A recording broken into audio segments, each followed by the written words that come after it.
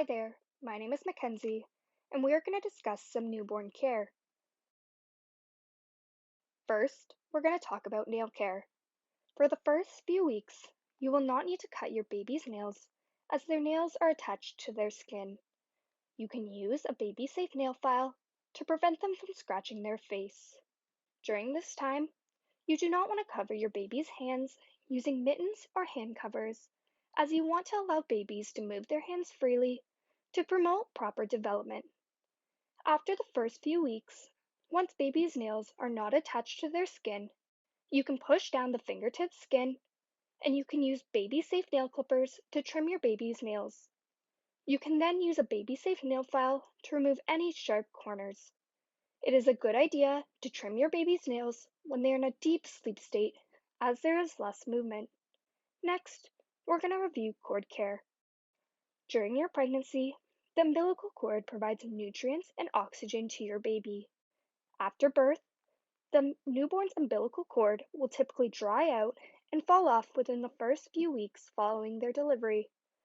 It is normal for the umbilical cord clamp to fall off before the umbilical cord itself, or they may fall off together. The umbilical cord area should be kept clean and exposed to as much air as possible to help promote healing. It is safe to get the umbilical cord stump wet, although after baths, you want to make sure the umbilical cord area is dried well. The stump will dry up and fall off on its own. It is important that you do not pull the stump off yourself. Fold the diaper below the cord to expose it to as much air as possible. Like a scab, you may see a little bit of blood near the base of the stump, and it may bleed a small amount when it falls off. Contact your healthcare provider if the stump has not fallen off within 3 weeks, the umbilical cord area oozes pus, the skin around it turns red and puffy, or the area develops a pink moist bump. These signs may indicate an infection. Now we're going to look at some normal infant characteristics. First, we're going to review a sucking blister. The tip of your newborn's lip may peel repeatedly. This is normal. Sucking blisters are small, callus-like areas, particularly in the center of the upper lip.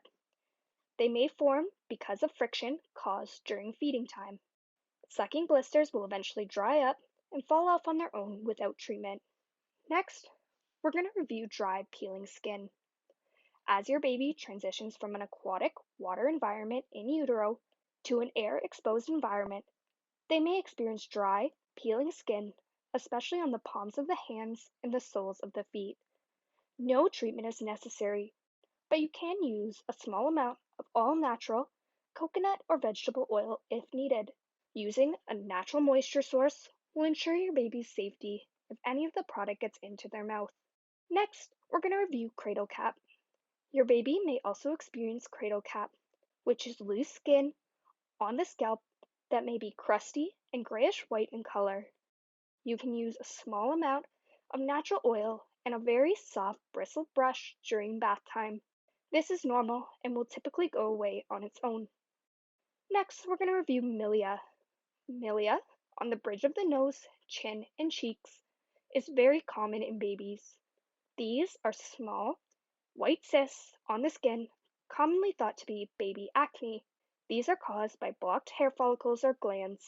These will clear on their own within the first few weeks of life. Do not squeeze these or treat them with any medication. Next, we're going to talk about newborn rash. Your baby may also experience a newborn rash within the first few days of life. This looks like tiny red spots that will appear and disappear on any part of the skin except the soles of the feet and the palms of the hands. It usually resolves without treatment within 2 to 3 days. Next, we're going to go over breast tissue and genitals. Your newborn may also experience swollen breast tissue or genitals. This is normal and is caused by excessive maternal hormones. These hormones are passed to your baby during the birth process and through breast milk during breastfeeding. In addition, for females, you may see vaginal discharge or bleeding due to these hormones. This is normal and will resolve on its own. Next, we're going to talk about hiccups. You may have felt your baby hiccup while they were in utero. This may also occur once they are outside of the womb. Hiccuping is very common for babies. They do not usually cause a problem and will resolve on their own. If you think hiccups are causing discomfort, you can try feeding your baby in a more upright position, try burping your baby, allow them to suck on a pacifier, or give them gripe water. Next, we're going to talk about tummy time. With babies spending so much time sleeping on their back, it is important to do supervised tummy time during waking hours. This helps to support healthy development of their muscles. You can start tummy time right away after their birth and incorporate it into your infant's daily routine. As your baby gets older, you can increase the length of tummy time.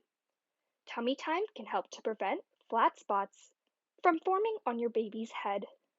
Also, to prevent flat spots on their head, you should put your baby to bed on opposite ends of the crib each night to prevent them from laying on the same spot. Finally, we're going to talk about newborn stools.